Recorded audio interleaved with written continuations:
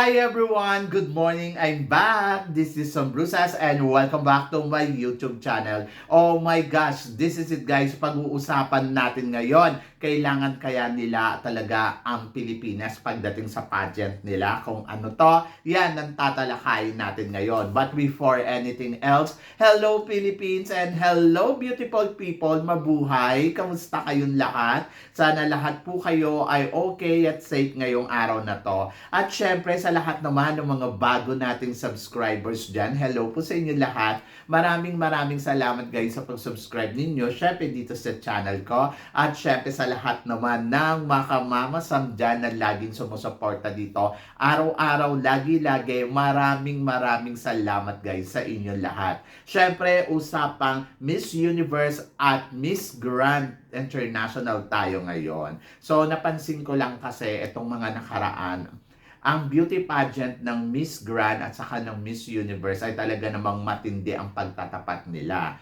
Pero sino nga ba talaga ang may kailangan? Tayo nga ba o ang mga pageant na to? Punta muna tayo dito sa Miss Universe. Sa totoo lang ha, ang Miss Universe, syempre, ang target nila dito ay manalo si Miss Thailand. Aminin man natin o hindi. Pero, pagdating kay Miss Philippines, talaga naman binigyan nila ng isang katutak na special award na dyan na pinanalo nila ng Miss Evening Gown. Pinanalo nila ng Best National Costume. Pagkatapos, nilagay nila sa top 30 lang. Pero hindi nila nilagay sa top 5. Kaya minsan mawawonder ka, ano ba talaga? Tapos ang pinaka nakakaloka dito, ginawa nilang Miss Universe Asia ang ating pambato. So sa madaling salita, kailangan pa rin nila talaga ang Pilipinas para magkaroon ng engagement ang Miss Universe at saka ang mga Pilipino. Siyempre nga naman, susubaybayan pa natin ng more kung nandiyan lagi si Miss Philippines, di ba? Kahit nung nakaraan taon, ganun ang ginawa nila. Kaya ang masasabi ko dito, sana talaga lang, nakikita talaga nila yung galing ng Pilipino. Hindi yung parang, kaya lang nila nilalagay dyan dahil para, alam mo yon, hindi sila babash ng bonggang-bongga, masabi lang fair sila. Kaya, sana talaga maging fair din ang Miss Universe sa atin. Kasi parang feeling ko 2 taon na nila niligwak si Philippines sa top 5 na kung tutuusin naman ay pwede naman talaga pang top 5, di ba? Andiyo dyan si Michelle D, kung titingnan mo, ang galawan ni Michelle D noong nakaraang taon ay talagang napaka-amazing at nakakamangha dahil talagang well-prepared talaga si Michelle D dito sa pambato ng Miss Universe. And then, ang ending hanggang top 10 lang. Pero, binigyan nila ng isang katutak na special award at sinamabas nila sa mga event nila, di ba? So, pumunta pa sila ng Mexico, ando doon na parang talagang pinakita nila na, no, we love Philippines. Pero, ang ending ay kahit tingnan natin sa listahan ng Miss Universe, top 10 lang ang narating ni Michelle D. Ganon din dito kay Chelsea Manalo. So, kahit pa sabihin pa natin na binigyan si Chelsea Manalo ng Miss Universe Asia or ginawang Best National Costume, pero sa totoo lang, kung titignan naman natin yung resulta ng Miss Universe, ang nakalagay doon, Chelsea Manalo, Miss Philippines Top 30. So, parang feeling ko, dito sa part na to, nagagamit tayo ng bonggang-bongga. So, yon. Pero I hope na sana talaga sa susunod na taon, dito talaga itetest natin ang Miss Universe kung talagang kaya niyang ilagay sa top 5 si Miss Philippines. Di ba? Kasi parang 2 taon na kung tutuusin kailangan nasa top 5 si Philippines pero wala. But sige lang, go lang Miss Universe. So, tingnan natin sa susunod na taon. So, ngayon, tingnan natin. Tingnan mo ha, isipin ninyo, kahit ano pa man ang mangyari, kailangan pa rin nila talaga ang Pilipinas sa pageant nila. And then, punta naman tayo dito sa Miss Grand. Siyempre sa Miss Grand, I love Miss Grand ever since naman, di ba? Aminado naman ako sa inyo na talagang naniniwala talaga ako sa pageant ng Miss Grand dahil sa ganda ng production nila. Talagang I love Miss Grand at hindi ko matatanggi yan. I love Miss Universe pero aminin natin kasi syempre pagdating sa production, alam nyo naman ako, gusto ko may mga production number at windang na windang ako sa production number ng Miss Grand. And then, noon pa man sinasabi ko naman sa inyo na hindi ko nakikita na cooking show ang Miss Grand. Kasi kung cooking show sila, Diyos ko naman, si Impa na lang. Isa na lang natin example na kung tutuusin, favorite din siya ni Mr. Nawat. Pero ano ang nangyari, di ba? Hindi man lang niya na ipanalo si Impa. Dahil kailangan niya ipanalo si Miss Brazil. Dahil si Miss Brazil talaga ang masasabi natin ng mukha talaga ng Miss Grand. At doon pa lang sa part na yon napatunayan ko na hindi cooking show ang Miss Grand. Kasi kung cooking show sila, Diyos ko, ang laki ng nahihita ni Mr. Nawat dito kay kay Impa. Pero wala eh, first runner-up ang ending. Kasi nandoon sila sa sistema na kailangan talaga ipanalo kung sino yung dapat ipanalo. So punta naman tayo ngayon dito sa 2024 Miss Grand International. To be honest, syempre, iba talaga yung atake ni CJ Manalo pagdating talaga sa pageant. Kahit naman nung hindi pa man lumalaban si CJ, ay marami nga nagsasabi na si CJ Manalo ay pwedeng-pwede talaga ilaban sa Miss Grand. Kaya lang, inamin din ni Mr. Nawat yesterday na sobrang higpit ng labanan. Hindi lang talaga basta-basta caliber ang kandidata, nandoon na talagang matindi talaga ang labanan. At aminado naman tayo at nakita naman natin ng bonggang-bongga na oo nga naman, ang tindi ng labanan talaga dito sa Miss Grand International ngayong taon na to dahil ang daming umaariba. Andiyo dyan si Myanmar, andiyo dyan si Indonesia, andiyo dyan si tawag dito, India, si Spain, na talagang masasabi mo yung top 10 niya ay talagang solid talaga na performance level. Pero syempre hindi nagpakabog si CJ Opiasa na halos makuha na ang corona. Kahit pa sabihin natin gustong-gusto siya ni Mr. Nawat, ay wala naman talagang magawa si Mr. Nawat kasi ang nanalo ay India at ayun ang majority ng boto ng mga kapwa niya hurado. Pero dito, pinatunayan ni Mr. Nawat na talagang sobrang gusto niya si CJ Opiasa. Alam niyo kung bakit ko nasabi? Kasi hinatid niya pa. Sa lahat ng top 10 niya, si CJ lang ang hinatid niya. At dito, namangha si Mr. Nawat sa mga eksena na ipinakita ng kapwa natin Pilipino kung paano nila i-embrace si Mr. Nawat sa pag-welcome, di ba? So, parang feeling ko, yung nakaraan taon, bawing-bawi talaga si Mr. Nawat sa atin. Kasi, kung tutuusin, nung nakaraan taon, halos isuka na natin ang Miss Grand dahil sa nangyari nga kay Nikki Dimora, di ba? Pero kung akong tatanungin mo about Nikki Dimora, ay kahit din naman ako talaga, hindi ko talaga masasabi na, ay nako, good luck talaga. Kung beauty ang pag-uusapan, pasok sa standard talaga ng Miss Grand ang beauty na meron si Nikki Dimora. Pero kung pag-uusapan natin yung total performance niya, masasabi ko talaga nagkulang talaga si Nikki Dimora at wala tayong magagawa doon. Pero syempre, love natin si Nikki Dimora. We wish all the best para sa kanya, di ba? Wala ganun talaga Kaya hindi ko rin mapipigilan yung mga tao kung bakit ganun ang reaction nila noong nakaraan taon at tinawag nga nilang cooking show ang Miss Grand.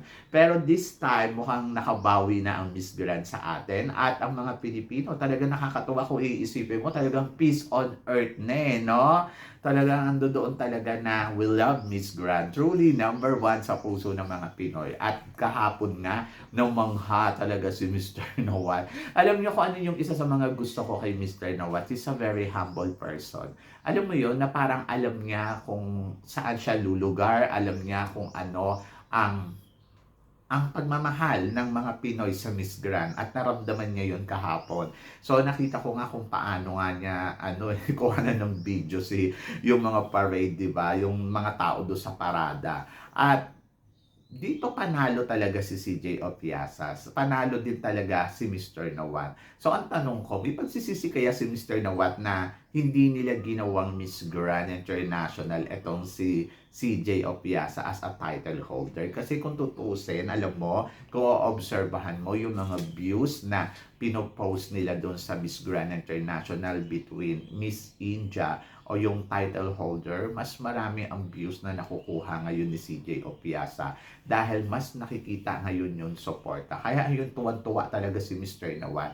At request nga ni Mr. Nawat na sana nga daw sa susunod na taon ay sana daw kasing caliber talaga. So nag-set talaga ng standard itong si CJ Opiasa dito sa Miss Grand kasi ang gusto ni Mr. Nawat kasing caliber, kasing galing talaga ni CJ Opiasa yung ibibigay natin or more pa.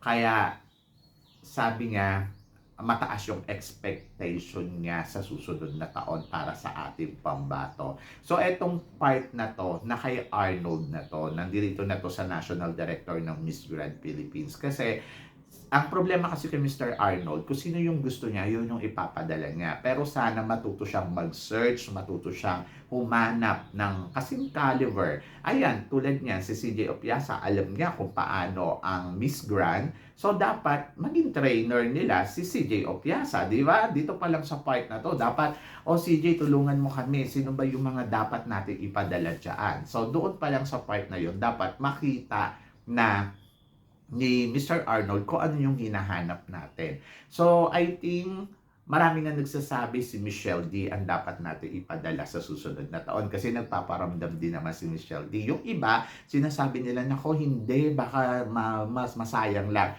But I think kung si Michelle D nga yung ipapadala natin sa susunod na taon, maswerte tayo. Maswerte kasi alam ni Michelle D kung paano lumaban at si Michelle D alam naman natin na hindi rin yan basta-basta nagpapatalo at the way kung paano niya i-present yung sarili niya, I think, eto na rin yung pagkakataon na hinihintay ni Michelle D na makoronahan talaga siya. Why not? Kung isusugal ni Michelle D, risky kung iisipin mo kasi baka nga naman matalo, pero naniniwala ako, kung popularity ang pag-uusapan, I think maraming susuporta kay Michelle D. And then number 2, kung performance ang pag-uusapan, I think makakapag-perform ng todo-todo si Michelle D. And I think Q&A, pasado si Michelle D. And then in terms of business, I think pasok si Michelle D. Doon naman sa nagsasabi na ko, pagbebentahin lang naman niya si Michelle D. Ano ba guys? Tingnan naman ninyo, 'di ba? Pinagbebenta din naman ng Miss Universe ang reyna nila.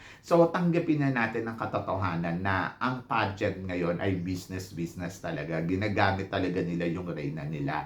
And I think si Mr. Nawat mas magagamit niya ng todo-todo si Michelle D.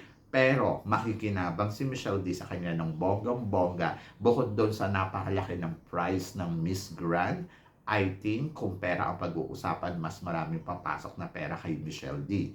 Plus nandoon, aangat lalo ang pangalan ni Michelle D dahil sa history ng Miss Grand ay pwedeng siya ang kauna-unahan na maging golden crown ng ating bansa. 'Di ba? So, that is the history. Magbibigay siya ng bonggang-bonggang history. Pero, tulad nga na sinabi ko, pwedeng risky to, pwedeng manalo, pwede ding hindi. 'Di ba? So, yun, depende na lang yan kung para kay Michelle D yan. Malay ninyo, kung ang nanay niya ay Miss International, siya naman ay maging Miss Grand International. Why not? So, yun. So, I think dapat lang maintindihan talaga ni Melanie Marquez kung ano na ang meron sa Miss Grand International. So, ako para sa akin, yes. I think I go for the Michelle D. Pangalawa, I think pwede din si Liana Aduana. Iba din ang beauty na meron si Liana Aduana at talagang masasabi mo, hindi mo matatanggihan dahil sa ganda, galing din sa communication skills at kanyang pasarela. Pero kung pagbabasihan natin yung popularity between Liana at between Michelle D, I think Michelle D is the most. Kaya parang feeling ko, I go for Michelle D na. Charot. So, yan.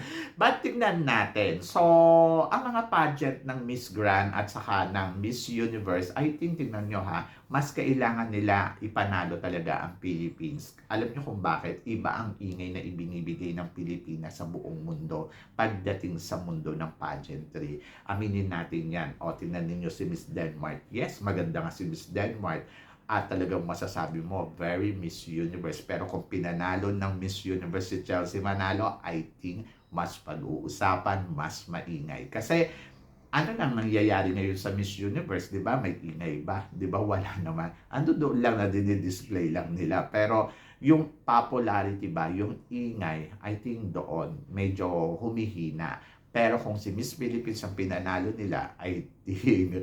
Grabe ang ingay at grabe ang eksena, di ba? So, yan. And then, kahit din dito sa Miss Grand, napatunayan natin yesterday, kung si Philippines ang pinanalo mo, mas maraming sponsor ang papasok, mas bongga ang magiging parade, at maloloka ka lalo, Mr. Nawat, ng bongga-bongga sa ipapakita na supportan ng Pilipinas dyan sa Grand, di ba? So, yun, kasi alam mo yon na mas mainit, mas ano. Pero looking forward sa susunod na taon, at katulad nga na sinabi ni Mr. Nawat, mataas yung expectation niya. I think ang mga Pilipino mataas din ang expectation sa kanya. So medyo dito ay masusubukan ang tatag, masusubukan yung win-win situation natin.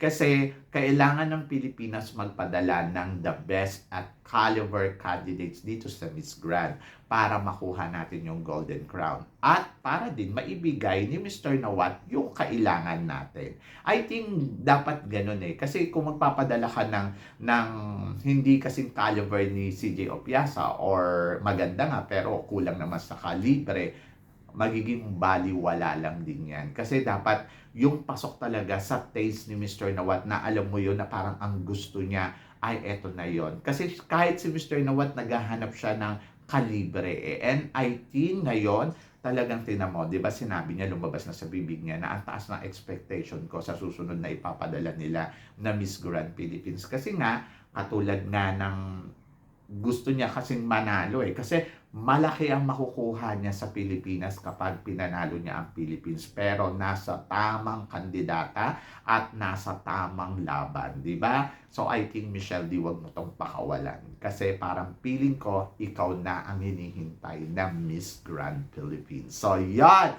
na para sa Miss Grand International. So, di ba? So, yun. Kasi, ganun eh. Tingnan nyo si Miss India. O, di ba? May ingay bang ginagawa sa pageant niya? Di ba? Wala naman. O, napag-uusapan ba? Sa lahat ng mga naging top 10 ni Mr. Nawat mula noon hanggang ngayon, sino ang nagbigay ng the best,